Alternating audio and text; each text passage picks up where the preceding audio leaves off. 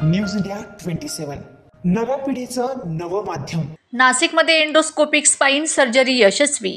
किम्स मनौता हॉस्पिटलची क्रांतिकारी वाटचाल।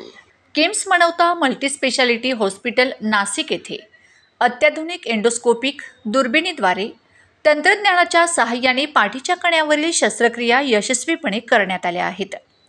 स्लिप डिस्क, स्पायनल स्टेनोसिस, पाठदुखी व मज्जातंतूच्या दाबासारख्या आजारांवर कमी वेदनादायी आणि जलद परिणाम देणारी ही सर्जरी रुग्णांसाठी एक नवा आशेचा किरण ठरत आहे। हॉस्पिटलचे व्यवस्थापकीय संचालक डॉक्टर राज नागरकर यांनी सांगितले की नाशिकमध्ये जागतिक दर्जाची उपचार पद्धती आणण्याच्या आमच्या ध्येयात ही एक महत्त्वपूर्ण पायरी आहे। न्यूरो व spine surgeon doctor Ishan Nerkar यांनी सांगितले की या प्रक्रियेमुळे रुग्णाला कमी वेदना होतात, औषधांची गरज कमी भासते आणि रुग्ण काही तासातच चालू लागतो। एंडोस्कोपिक स्पाइन सर्जरी केलेली आपण नॉर्थ महाराष्ट्रातली पहिली एंडोस्कोपिक स्पाइन सर्जरी आहे। याच्यामध्ये 2 छोट्या होल्समध्ये आपण पूर्ण सर्जरी ही संपवली जाते।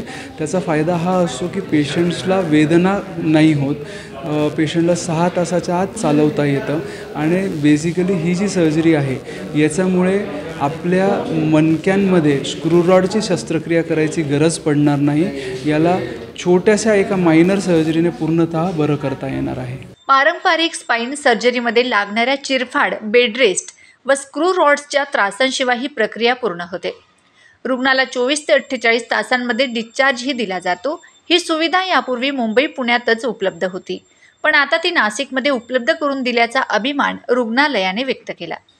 या यशस्वी शस्त्रक्रियेनंतर आयोजित पत्रकार परिषदेस रुग्णालयाचे वरिष्ठ डॉक्टर, सर्जन, व्यवस्थापक आणि प्रसार माध्यमांचे प्रतिनिधी उपस्थित होते। 4/6/2025 मध्ये माझी इथे किम्स मानवताला माझी सर्जरी केलेली आहे, ती म्हणजे डॉक्टर ईशान नेरकर सरांनी।